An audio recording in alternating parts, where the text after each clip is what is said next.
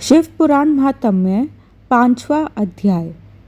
सूत जी बोले, शौनक, एक दिन चंचला आनंद में मग्न उमा देवी के पास गई और दोनों हाथ जोड़कर उनकी स्तुति करने लगी।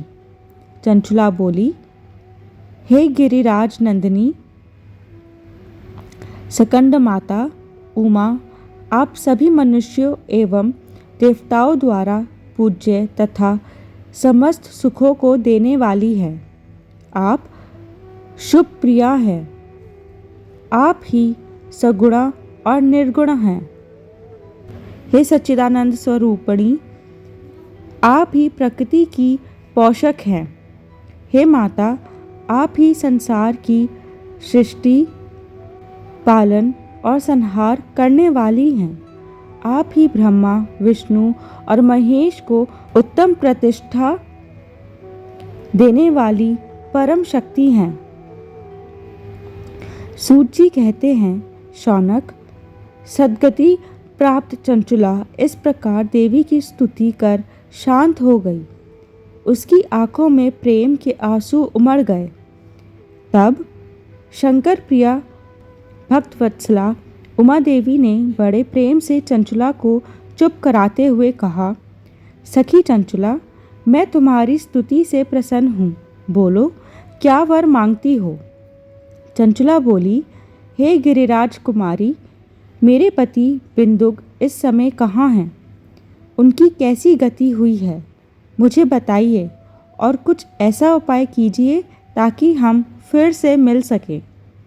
हे महादेवी, मेरे पति एक शूद्र जाति वैश्या के प्रति आसक्त थे और पाप में ही डूबे रहते थे।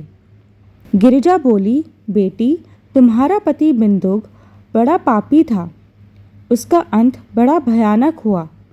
वैश्या का उपभोग करने के कारण वह मूर्ख नरक में अनेक वर्षों तक अनेक प्रकार के दुख भोग कर अब शेष पाप को भोगने के लिए विंध्या पर्वत पर पिशाच की योनि में रह रहा है। वह दुष्ट वही वायु पीकर रहता है और सब प्रकार के कष्ट सहता है। सूत जी कहते हैं, शौनक, गौरी देवी की यह बात सुनकर चंचला अत्यंत दुखी हो गई।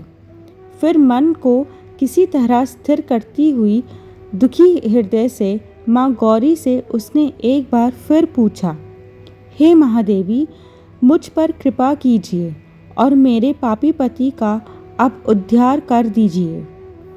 कृपा करके मुझे वह उपाय बताइए जिससे मेरे पति को उत्तम गति प्राप्त हो सके। गौरी देवी ने कहा, यदि तुम्हारा पति बिंदुक शिव पुराण की पुण्यमयी उत्तम कथा सुने तो वह इस दुर्गति को पार करके उत्तम गति का भागी हो सकता है। अमृत के समान मधुर गौरी देवी का ये वचन सुनकर चंचला ने दोनों हाथ जोड़कर मस्तक झुकाकर उन्हें बारंबार प्रणाम किया तथा प्रार्थना की कि मेरे पति को शिव पुराण सुनने की व्यवस्था कीजिए। ब्राह्मण पत्नी चंचला के बार बार प्रार्थना करने पर शिव प्रिया गौरी देवी ने भगवान शिव की महिमा का गान करने वाले गंधर्वराज तुम्बरो को बुलाकर कहा, तुम्बरो, तुम्हारी भगवान शिव में प्रीति है। तुम मेरे मन की सभी बातें जानकर मेरे कार्यों को सिद्ध करते हो। तुम मेरी इस सखी के साथ विंध्य पर जाओ। वहाँ एक महाघोर और भयंकर पिशाच रहता है। पूर्व जन्म में वह पिशाच बिंदुक नामक ब्राह्मण मेरी इस सखी चंचला का पति था। वह वैश्यागमी हो गया। उसने स्नान, संध्या आदि नित्य कर्म छोड़ दिए। क्रोध के कारण उसकी बुद्धि भ्रष्ट हो गई। दुर्जनों से उसकी मित्रता तथा सज्जनों से द्वेष बढ़ गया था। वह अस्त्र शस्त्र से हिंसा करता, लोगों को सताता और उनके घरों में आग लगा देता था। चंडालों से दोस्ती करता वह रोज वेश्या के पास जाता था। पत्नी को त्याग कर दुष्ट लोगों से दोस्ती कर उन्हीं के संपर्क में रहता था। वह मृत्यु तक दुराचार में फंसा रहा। मृत्यु के बाद उसे पापियों के भोग स्थान यमपुर ले जाया गया। वहाँ घोर नरकों को सहकर इस समय वह विंध्य पर्वत पर पिशाच बनकर रह रहा है और पापों का फल भोग रहा है। तुम उसके सामने परम पुण्यमयी पापों का नाश करने वाली शिव पुराण की दिव्य कथा का प्रवचन करो। इस कथा को सुनने से उसका हृदय सभी पापों से मुक्त होकर शुद्ध हो जाएगा और वह प्रेत योनि से मुक्त हो जाएगा। दुर्गति से मुक्त होने पर उस बिंदुक नामक पिशाच को विमान में बिठाकर तुम भगवान शिव के पास ले आना। सूत जी कहते हैं, शौनक, माँ उमा का आदेश पाकर गंधर्वराज तुम्बुरो प्रसन्नतापूर्वक अपने भाग्य की सराहना करते हुए चंचला को साथ लेकर विमान से पिशाच के निवास स्थान विंध्य पर्वत गया। वहां पहुंचकर उसने उस विकराल आकृति वाले पिशाच को देखा। उसका शरीर विशाल था, उसकी थोड़ी बड़ी थी। वह कभी हंसता, कभी रोता और कभी उछलता था। महाबली तुम्बुरो ने बिंदुक नामक पिशाच को पाशों से बांध लिया। उसके पश्चात तुम्बुरो ने शिव पुराण की कथा बाँचने के लिए स्थान तलाश कर मंडप की रचना की। शीघ्र ही इस बात का पता लोगों को चल गया कि एक पिशाच के उद्धार हेतु देवी पार्वती की आज्ञा से तुम्बुरो शिव पुराण की अमृत कथा सुनाने विंध्य पर्वत गया है। उस कथा को सुनने के लिए बहुत से देव ऋषि वहाँ पहुँच गए। सभी को आदर पूर्वक स्थान दिया गया। पिशाच बिंदुक को पाशों में बांधकर आसन पर बिठाया गया और तब तुम्बुरो ने परम उत्तम शिव पुराण की अमृत कथा का गान शुरू किया।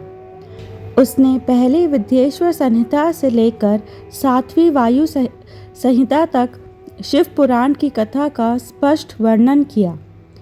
सातों संहिताओं सहित शिव पुराण को सुनकर सभी श्रोता कृतार्थ हो गए। परम पुण्यमयी शिव पुराण को सुनकर पिशाच सभी पापों से मुक्त हो गया और उसने पिशाच शरीर का त्याग कर दिया। शीघ्र ही उसका रूप दिव्य हो गया। उसका शरीर गौण वर्ण का हो गया। शरीर पर श्वेत वस्त्र एवं पुरुषों के आभूषण आ गए। इस प्रकार दिव्य देहधारी होकर बिंदुक अपनी पत्नी चंचला के साथ स्वयं भी भगवान शिव का गुणगान करने लगा। उसे इस दिव्य रूप में देखकर सभी को बहुत आश्चर्य हुआ। उसका मन परम आनंद से परिपूर्ण हो गया। सभी भगवान महेश्वर के अद्भुत चरित्र को सुनकर कृतार्थ हो गए। उनका यशोगान करते हुए अपने अपने धाम को चले गए। बिंदुक अपनी पत्नी चंचला के साथ विमान में बैठकर शिवपुरी की ओर चल दिया। महेश्वर के गुणों का गान करता हुआ बिंदुक अपनी पत्नी चंचला एवं तुम्बुरो के साथ शीघ्र ही शिव धाम पहुंच गया।